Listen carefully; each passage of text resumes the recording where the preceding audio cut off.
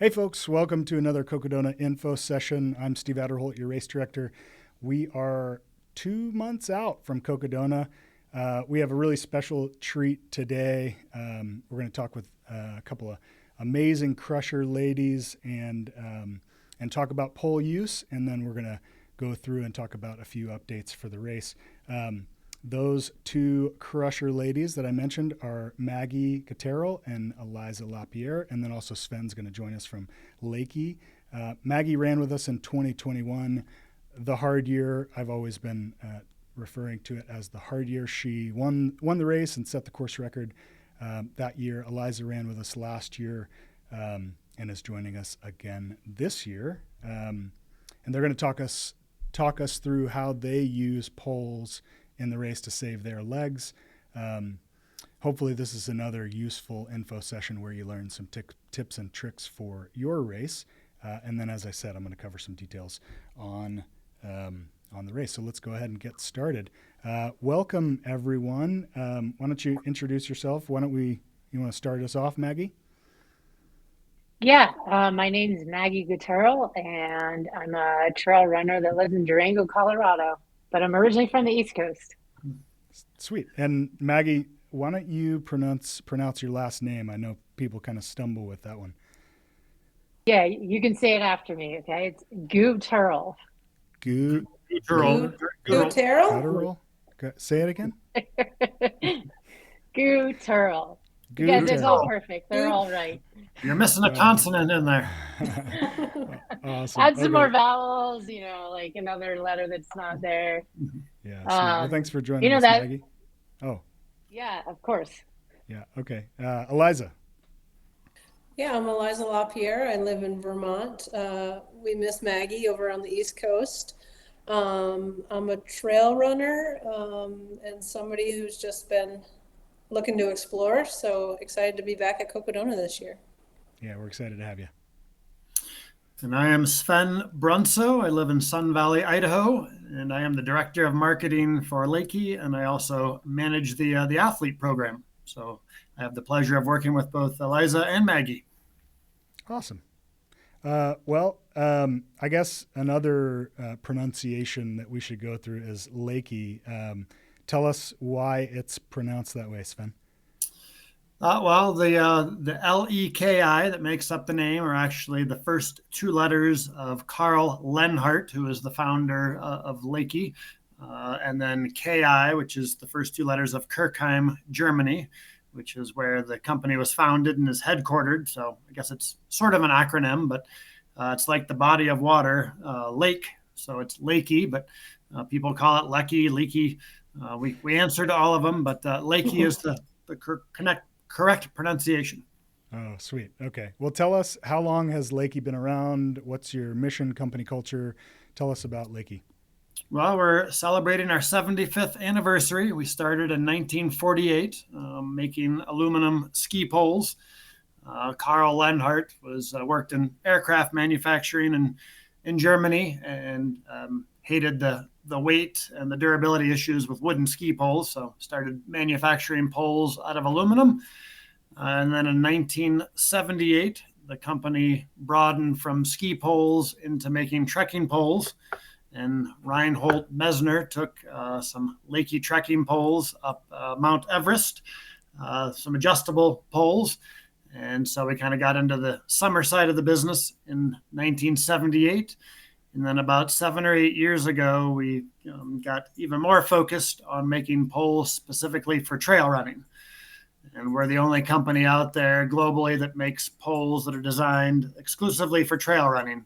A lot of other companies kind of market their lightest weight hiking poles for trail running, but we understand that trail runners have very different needs. They put different stresses on their poles. They need different propulsion than hikers do. So we have something called the Trail Shark system that is used in our poles, which basically has a strap that wraps around the wrist that interlocks directly into the grip to allow precision pole plants and the kind of propulsion that you don't find in a traditional loop strap. So, yeah, we're engineered, for for performance. Lots of innovations out there. We're always kind of pushing the envelope to come up with something, new, lighter, stronger, more durable.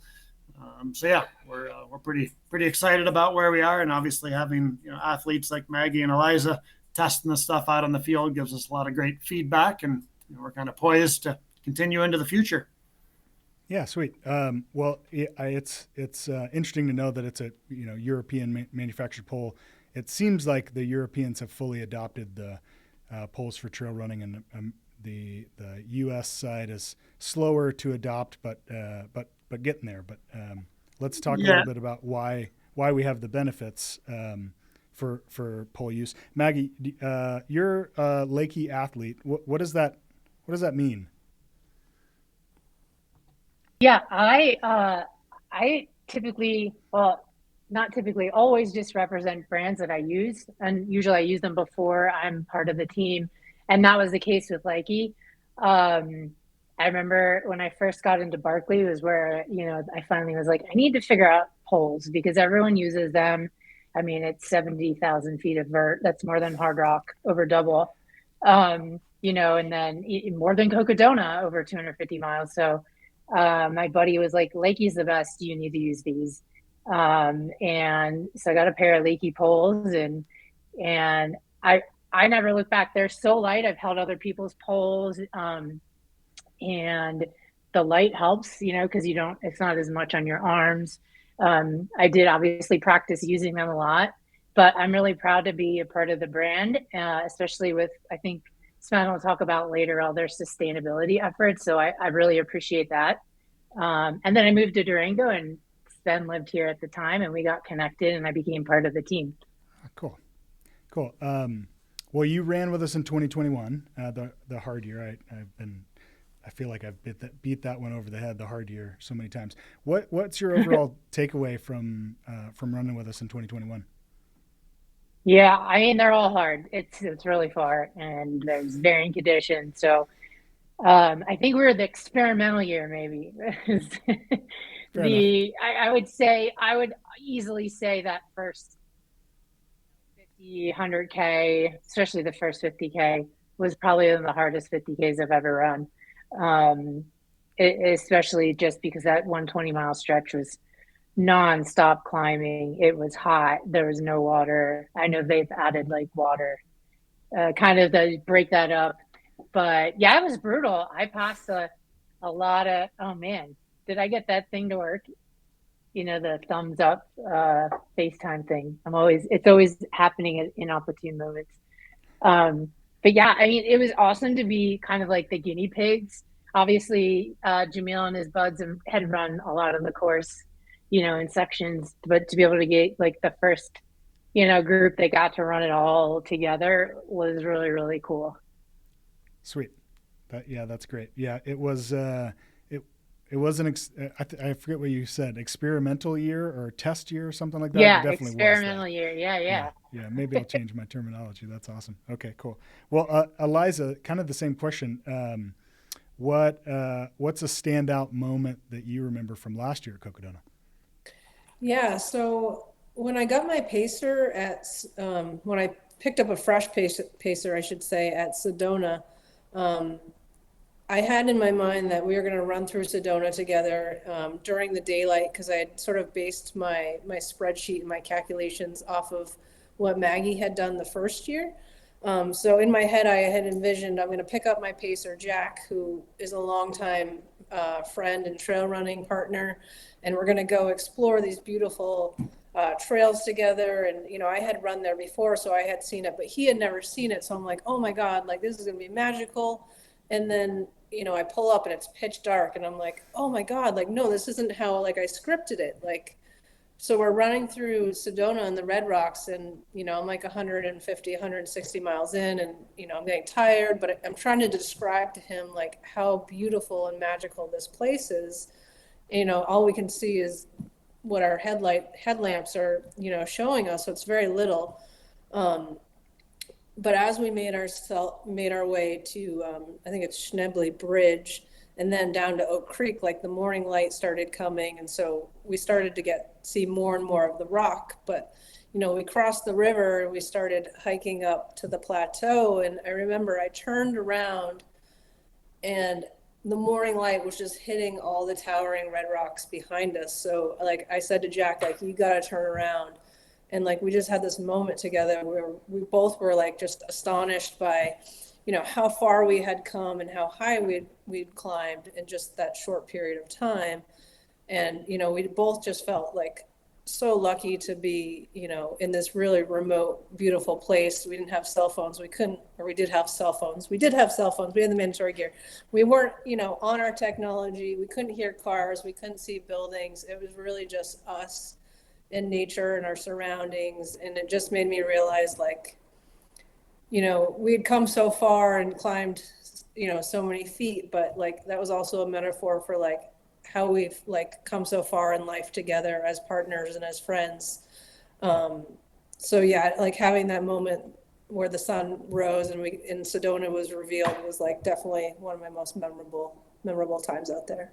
Awesome. Yeah, that is a really beautiful section climbing up after you cross Oak Creek, Kazner Canyon, right before you hit the rim. If you're running the race and you don't turn around and look back at Sedona, you're missing out. So sweet. I'm glad that was the standout moment for you. So how do you generally use your poles when you're in a race? Is it for climbing? Is it for flats? Is it descent? Is it all of the above? What do you use them for? Yeah, so I think my primary use is definitely for climbing. Very early on in the race last year, I think around mile 11, I pulled my poles out and I used them all the way to Crown King because, like Maggie said, that's a heck of a climb in the first 50K. So primarily I'm using them for climbing, but given the distance and the demands of this race, I also found that I also started using them on some flat sections. The more fatigued my body got, the more fatigued my mind got. Using them on flat sections almost gave me a little bit more balance and gave me a little bit more feedback, through my body, not just my feet. So I was using them more on flats, and then on downhills, I definitely started using them to help sort of like assist me with braking, as my quads fatigued, as my feet got sore, I'd plant them in front of me and use them to help slow me down, to take a little bit more ease off of my lower body and just have, my arms and the poles doing more of the work. So definitely, I use them across the board on all types of terrain, but mainly on climbing. Yeah, sweet. Okay. And I think that's probably typical of a race to use them mainly in climbing, but that's interesting that the longer distance you kind of start to use them on all three flats for propulsion and feedback. That's interesting. I haven't heard it like that. Sweet. Okay. Well, Maggie, kind of the same question. What are you using the poles for in a race like Cocodona? Yeah, my answer is super similar to Eliza's. I mean, mainly the ups, because it is going to save you long term with your legs, and that's why I say like use them before too, because your arms will get really tired, especially over 250 miles of doing that if you have not done long training runs with them. But yeah, it's super far. I mean, you're out there for multiple days. The downs, if they're really steep, it's super helpful. I mean, it's definitely something to taking some of the pressure off the legs. Um, and even if it's like unstable ground, and then yeah, even on flats, like I don't typically use them on flats. I also don't come from a Nordic ski background, so I don't look like I don't know if you guys ever remember there is a comparison of Killian Jornet and Jim Walmsley running up a hill at the beginning of UTMB, and Killian looked like so like amazing. Yeah, he comes from Nordic ski, and Jim Walmsley's like flailing around, and like they're both going fast. Yeah, I think there's something to that, just being used to that motion and the alternate placing of the poles. But it doesn't matter at that point. Just it can really help you on the flat just to keep that rhythm, because I mean you get super sleepy and sometimes you just zone out and you're going so slow and you're not like even thinking about that you slow down. I think that can keep your mind engaged. So maybe another use for the poles to kind of get your whole body into it instead, so you're not like just kind of sleepwalking. Yeah, sweet.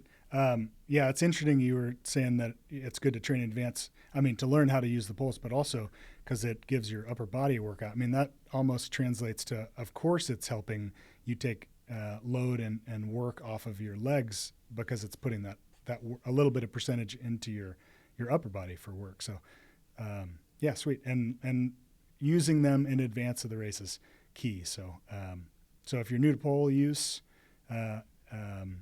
use them in advance of the race. Maggie, I don't know if the camera will allow it, but can you walk us through, you said the steep uphill is where you use poles. Can you walk us through maybe a little bit of form on how you go uphill with the poles? Yeah. Yeah, I knew you were going to ask that. So I was trying to figure out how like that can, I do have steps. So I'm wondering if I might take you guys over here to the steps. I love It does look. I love the Cocodona sweatshirt too, by the way. Oh, thank you. Oh, my earpods disconnected, so I might not be able to hear you as well. All right, let me grab the poles. This is awesome. We're getting a tour of Maggie's house as You well. get a tour of my office area. Yeah. And the dog might join in too. Sweet. Okay, I'm not going to put the straps on for now just for the sake of, but I do the double pole motion. So you're going to place the poles basically uphill of you, and then you're going to step, and then you're going to do it again, and you're going to step. So that's the most intuitive, I think, if you haven't used poles. So you're just going to place it and step. Yeah, if you haven't done Nordic skiing, I think this is the most intuitive, especially when you're on like something really steep. That's going to be probably the most bang for your buck. So you could probably start there, and when you get more comfortable, then do like the alternating Nordic, which I don't know if Eliza skis. I know she Nordic skis. She's up there in Vermont. Probably a good spot to do it. Yeah, let's jump over to Eliza in a second. But that's cool. I like the double pole method is almost like place poles up high, 2 steps, taking weight off of those 2 steps for your steep climbs. That's awesome. Yeah, let's go over to Eliza now. Eliza, yeah, do you come from a Nordic background? Do you Nordic ski? I do not Nordic ski. I get a lot of flack for that, but I like running. So no, I do not have that natural Nordic ski ability, but I do, like Maggie, I use the double pole quite a bit, but also at Cocodona, I know that I use the single pole, or if you want to call it the alternating pole method, for more gradual hills, or whether I'm walking it or hiking it. And basically what that looks like, and I'm sorry, this is not going to be easy for me to explain because it's just something I do kind of naturally. And I'll try to fix my camera as well. But when Maggie was explaining her double pole technique, that's a little bit easier and more natural because your 2 poles are working in conjunction with each other. Whereas in the single pole or alternating technique, they're working independently. So it requires a little bit more coordination and, in my opinion, a little bit more practice. But I feel like if you get out and try it a few times, it will just start to happen instinctually, and it's like second nature, which is part of why it's hard for me to explain. But basically, since our poles are working independently, what that means is if I'm reaching forward with my left pole, that means I'm stepping forward with my right foot. And what I like to remember is I really want to push down on the strap. If I push down, that energy is going to transfer through the pole into the ground and help propel me forward. So you really have to sort of think about that and not just sort of be like out for a casual walk and you're just like walking around, like gently putting your poles into the ground. You really want to reach in front of you, plant your pole, push down on the strap, and then pull, and that will help propel you forward. So these are a great tool. They make perfect sense. The glove system means that you don't have to have death grip on your poles. They're connected for you, which is nice. You can just flick them forward, push down, and then move forward. So I have used competitors' poles before. I really struggled personally with the loop system. I felt like I was putting more energy into the poles than I was getting out of them. But they just become one with your hand and with your body. And I find them to be really efficient. But again, it does take a little bit of practice just to figure out which technique and which rhythm works best for you. But I think after a few sessions, it's definitely worth the investment. Yeah. Okay. Cool. So, yeah, that's how I've used poles. The super steep uphill is the double pole plant, and then Yep. pretty much everything else is, unless it's maybe steep downhill, maybe that's Yep. kind of a double pole plant step down. But everything else is the alternating. So opposite foot from the what you're pushing down on the poles. I love the hand grip also that Leki has because it's so much like Nordic skiing where you almost just you're supposed to just let go of the pole Yeah. entirely, and like hopefully it becomes kind of an independent member of your body, like you're saying. You can kind of stop thinking Yeah. about And it. and given that I live in Vermont, it's very different than Arizona. I was a little worried about how the glove part was going to feel in the heat, but honestly, my hands never got hot. I think I left the glove portion of my poles on pretty much the whole race, even when I didn't have my poles out, because I think it's great if you do happen to fall, it does provide protection on your hand, so you don't get rocks in your hand or cut up. So for anybody who's afraid they might be too hot during Cocodona, having that glove piece on, I found it to be really breathable and not bothersome at all. Sweet. Yeah. And it is kind of in the perfect place for your palm there to protect. But it's also not, I mean, when we're talking about glove, it's not a full glove. It's just kind of like a strap that goes around and attaches. Yep. Cool. Okay. Any specific standout sections? You talked about the first 50K as Yeah. using poles. Any other sections of the course that you're like, You you know, got to have them, or do you just had them the whole time? I didn't have them the whole time. My coach, Jason Koop, had run the race the second year that it happened. So he and I sort of went through the sections together to figure out which ones I should have poles on. And he had advised me not to have poles on Crown King to, you'll have to remind me of the next cruise stop. But early on in that section, climbing out of Crown King up to Camp Kippa, I definitely wished I had them. I found that to be a pretty long and sustained climb. I definitely had them on the Mingus climb. Deer Pass to Sedona, I used them for that trail climb on the mountain trail. You'd have to remind me of the name of the trail. The ridge, that ridge trail. Yeah. Sweet. Okay. Yeah. And then definitely the Kasner Canyon Trail climb up from the river, which we talked about. And then the big one, obviously, Eldon. Yeah. Okay. So basically, any of the big sections of climbing, you're making sure you're having use of your poles. Sweet. Okay. Maggie had a little bit of different course, but I'm interested to hear kind of along the course. Same question. What were the key sections, or was it just you carry them all the time? Yeah, I definitely didn't have them all the time. I can't remember now, and I guess I'd have to look at like old live footage if I carried them in that first 50K, which if I didn't, I wish I did because they would have been very useful. But who knows? Sometimes my brain's like, oh, yeah, you don't need them for the 50K, it'll be fine. I feel like I don't remember having them for that. I wish I would have. But then I would have definitely, same thing, Eliza said, ditched him at Crown King um, until, yeah, I mean, then you go through, then you're kind of going through like Prescott in town once you get back to your crew, then you head into town, which is when I picked up Kyle Curtin, my first pacer. Um, yeah, and you go through the dells, like it's amazing there, and it's kind of up and down in these boulders and stuff. But yeah, the major climbs, I mean, Mingus for sure. Oh yeah, there is that climb. I mean, you're kind of, climbing up to Camp Kippa when you're in like, and I don't know if this is different now with the course. It felt like bushwhacking. You get off these cruisy roads, and I'm like, I'm making so much good time. And then it was on these like, there's a really cool area. The Bradshaws, I guess, is that the Bradshaws? Is that the part that maybe was on fire like to the year after. Okay, it was beautiful, but I felt like I was being watched, like something like a mountain lion or something. Yeah. Oh yeah. It Not was surprised. sketchy.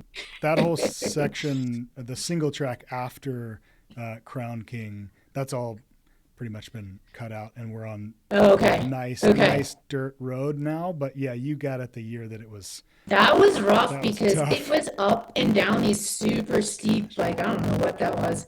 But then the trails were full of not, I wouldn't even say baby heads. They were like, well, very large baby heads. That if anyone doesn't know the term, it's like annoyingly large, just loose rocks that are about yay big. Uh, and yeah, and then it was rough going, and then people got to Camp Kippa, pretty rough shape. So yeah, I mean, and then so yeah, I think Mingus is still in there. I do remember having my poles going down Mingus. I think you guys come in a different way now. I heard that trail is not actually much better. We went down a road and also was full of baby heads. I was really struggling. I used my poles a lot. I couldn't run over a 17-minute mile. I know what my problem was. Uh, Nicole Bitter was my pacer. She was like, maybe try running, and I was like, I am running. This is me running. Well, So, I and think then you I ended remember up doing getting, all right. Yeah. well, it was tough. I don't think there's the easy part of the race.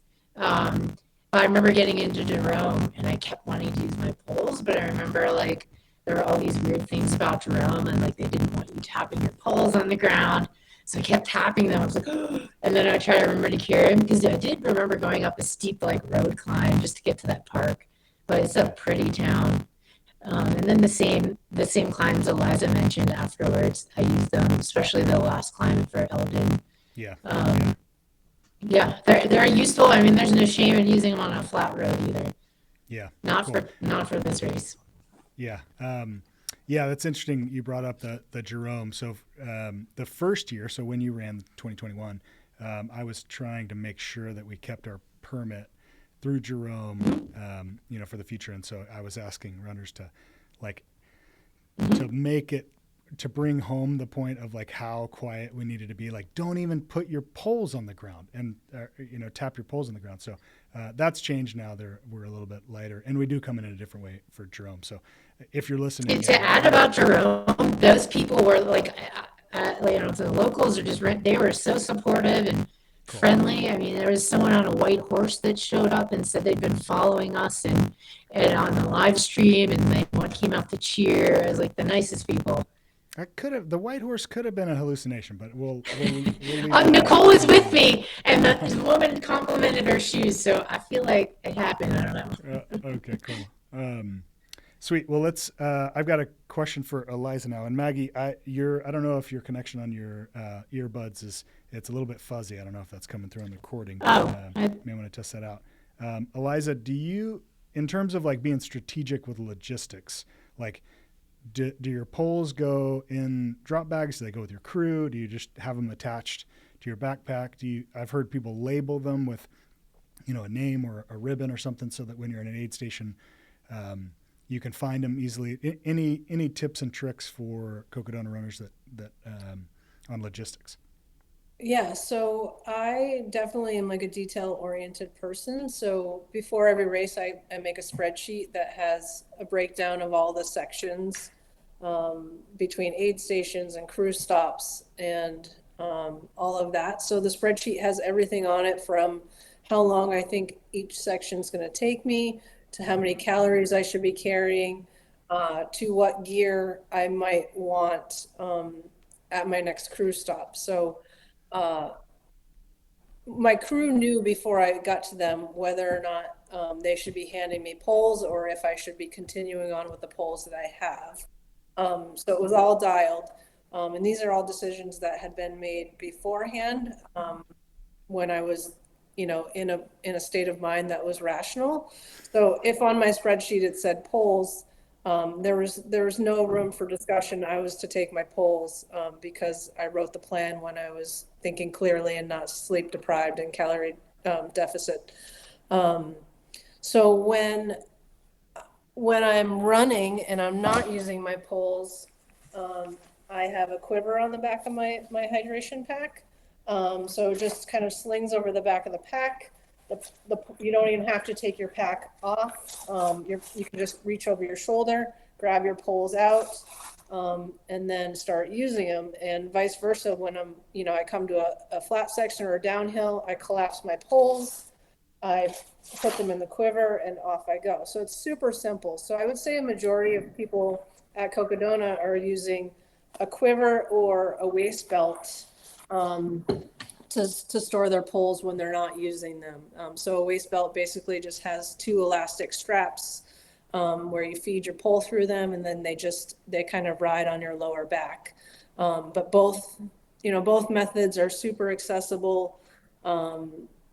And I think it's just a personal preference, but Leki makes both quivers and trail waist belts. So super easy and affordable way to stash your poles safely, because we do need to remember that poles do have a sharp tip on them, so there is a little bit of a danger. So you don't want to just be running with them loosey goosey if you don't have to. So it's nice to have safe methods to store them when you're not using them. Yeah, sweet. Well, and I just love the thought of running with a quiver. It makes me feel like a warrior. So that's pretty cool. I have heard. Well, I mean, there's only so many pole brands out there, and so at aid stations there's just kind of poles everywhere. So it's real. I think it's a really good idea to label with your name or a ribbon or something so that you can identify, because poles have different lengths and you don't want to grab the wrong person's pole and have the wrong length totally pole. I mean, I think even just slapping a piece of duct tape around them and putting your name and your bib number on them, and then also it's not unheard of that somebody just walks away from an aid station forgetting their poles there. And I actually saw that happen on course a couple of times, and aid station volunteers would kind of run down the trail and say like, oh, number 98, you forgot your poles. And it just sort of, it's nice to get them back if you forgot them, whether you get them back in the moment or after the race, because they are a bit of an investment. But yeah, making sure what your poles look like and having some sort of identifier on them that makes them stand out, whether you take some colorful nail polish and kind of pretty them up and add a few sparkles, or like I said, a piece of duct tape or something. Yeah. I selfishly I try to promote the label it with your name on it, because during the race there's quite a few times when we have the request to shuffle poles ahead to to a runner on the course, or after the race get them to them. So yeah. Selfishly it helps me out a little bit too. Eliza, you're running with us again this year. In for the punishment one more time. What are your goals? Oh man, that's a great question. I mean, I think my ultimate goal is to have fun and stay safe, which might sound a little bit cheesy and corny to people, but that's sort of the way I race. Last year I got to bring along my parents to help crew, and like I mentioned, my friend Jack and longtime training partner came out, and also my coach paced me. And this year I get to have two of my best girlfriends come out and support me. So my goal is just to go out and challenge myself and see what I'm really capable of, and hopefully also push my competitors to get the best out of them as well. And to leave it all on the course. I'm a big believer that I like to cross the finish line with nothing left in the tank and leave it all out there. And last year, unfortunately, because of an injury that happened late in the race, I wasn't really able to get the most out of my legs that was there. So that's definitely my goal, is to really have fun, be safe, and show what I'm capable of. Great. Okay. Well, yeah, you mentioned the women's field. Do you want to talk to us about who you're going to be running with in the women's field this year? Yeah. So, I mean, there's definitely a lot of names on the list that I don't recognize, and that doesn't mean anything. 250s are definitely growing, and I'm not super well versed in who's super competitive in this distance race, but Liz Canty is somebody who's lived on the East Coast for quite a while. I've also raced her in other races. Super strong, mentally and physically, phenomenal hiker. So I'm excited to be on course with her and to see what she can do, because I know hiking is definitely one of the strengths I see in her. She hikes faster than I can run, so that's always impressive to me. Not that I run that fast. Ashley Paulson's definitely another name that comes up, and I think she'll definitely be in contention for big things out there. I don't know her super well, but I know she's run incredibly well at Badwater. I think she won there overall. I think she just did Jackpot 100, threw down a very impressive time, giving all genders a run for their money. So yeah, I'm happy to see familiar faces out there and new ones as well. And I hope we can be competitive, but also supportive of each other at the same time, and share some miles and see what happens. Yeah, awesome. I love the humility in your answers. That's awesome to hear from a podium athlete. So yeah, thanks. We're excited to see what you do out there. I want to ask Maggie. Maggie, are you ever going to come back and run with us again? Or are you done? No, I would love to. I'm not done. I thought my Achilles might be done, but after Hard Rock 2022 training for that, I didn't realize it was going to be such a big problem, or I might have been taking it more seriously. But I mean, it was my first real injury, and it's been a year and a half before I'm finally feeling relief. I won't bore you with all the things I've done to try to remedy it, but Achilles tendonitis or tendinosis is very hard to get rid of, and there's no clear solution or path. So we tried a lot of different things, and finally this perhaps combination is working of a few things. So I'm not going to go crazy this year because I am in Hard Rock. And if I can just get to the start line, be a little untrained, then I can think about next year, because I'd love to come back. And I think that I can do the race a little faster. There's places I think I left things out there and didn't execute super well. But besides that, it's super pretty and it's so fun. Like, it's such a journey. You go through so many different ecosystems and environments, and it's just like such a cool race. So I hope so. And Bob, definitely be following. I love the live stream stuff. I can't wait. Awesome. Yay. Well, that's good to hear. I can't wait to see you back out on the course. And you'll, I'm sure, cut time off of your previous course record, because it is a little bit easier course than what you did in 2021. But like you said, less experimental, you mean? yeah, that's right. Yeah. But always a challenge, every year is different. I can't wait for you to come back with us. That's good to hear.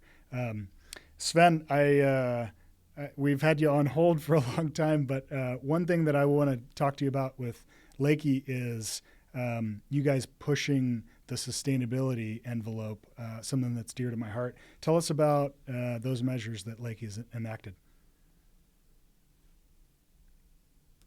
Oh, I think you're on mute, Sven.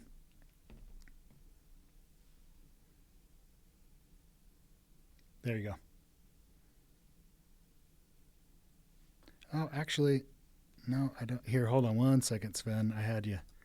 Here we go. Try it one more time. Sorry, buddy.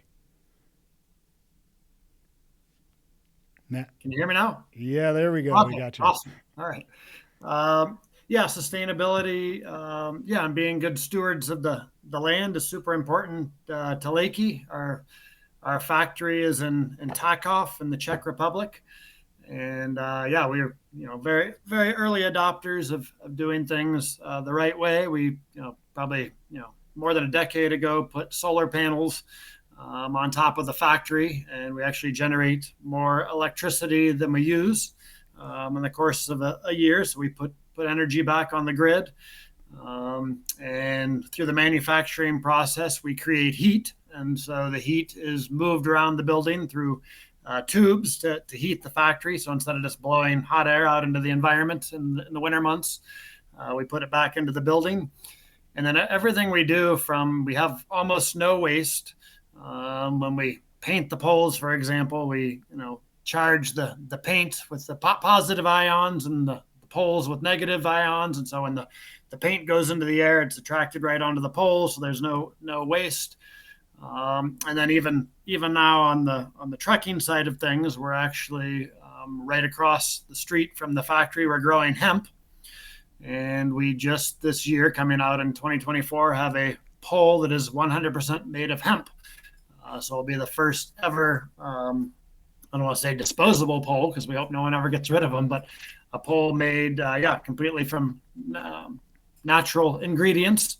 That doesn't necessarily translate into the world of trail running right now because that's all carbon fiber. But, everything we do as far as sourcing our materials, the manufacturing process, how we deal with waste, all those things are very, very dear to our heart. And, we want to protect things, for the next generation and the generations to come. So, everything we do, it's not, how can we make this product better, but it's how can we make the best possible product for everybody, but do it in a responsible way.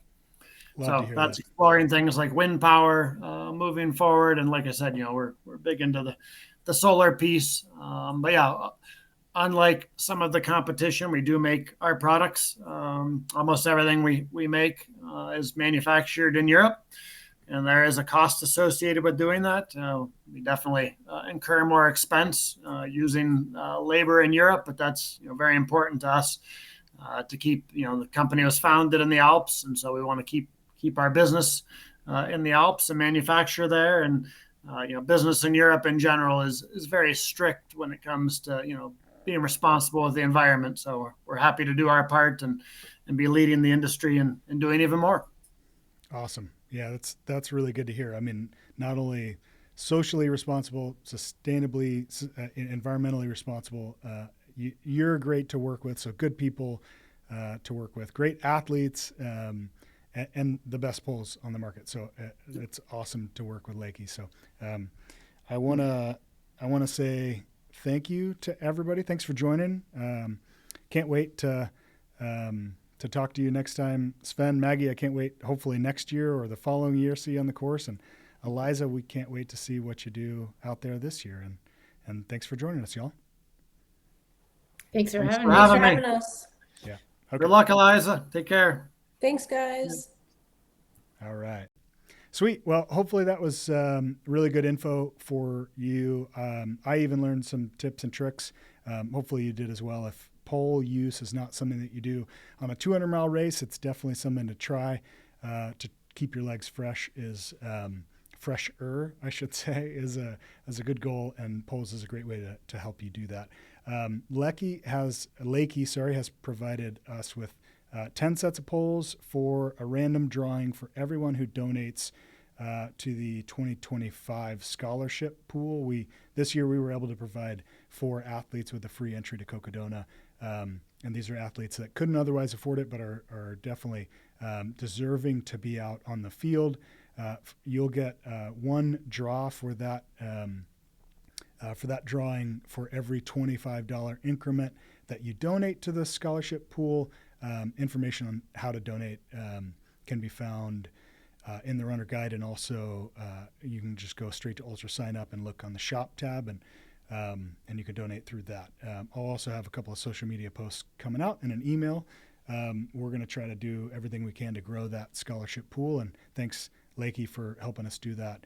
And Leki's also providing poles for every distance DFL runner, so that's really cool. Another way that Leki's getting involved. I will say when I started the conversation with Sven about the partnership with Leki, they really just wanted to support the race. They weren't looking to elevate their brand, and that's something that I thought was really cool. So thanks, Leki, and thanks, ladies, for joining us. That was pretty cool. Now let's get into just a few updates about the races for Cocodona. I have talked previously about the start line change for Cocodona, so that's been finalized. Permitting has been approved. We're starting at Deep Canyon Ranch, still in Black Canyon City. It affects the first couple of miles of the course. We do have, I am calling it a treat. We're going to do some cross-country travel up the Slate Creek drainage. After we leave the start line, after a couple of miles, we're going to turn onto a drainage. And it hopefully is a dry drainage, but there are a couple of dry waterfalls that you'll have to scramble up. The biggest one is probably 4.5, maybe 5 feet tall, so you'll kind of have to scramble your way up. I think it's really cool. Hopefully you'll think it's a treat, but you'll be fresh no matter what, because it's right at the beginning. Good thing is no mileage was added to the course. The CalTopo course file has been updated, and that's on the website. And all the runner guide has been updated with all of the latest and greatest details. So go check out the newest version of the runner guide and the course for that change. We had a social media post that went out yesterday announcing our pre-sale merch. If you order by April 2nd, it will arrive to you in the mail before race day. And we do have crew and pacer specific items that you can buy. And then you can get finisher printed on any Aravaipa merchandise item at the finish line. That's another cool thing we're doing. We've got a trail work day coming up on March 23rd.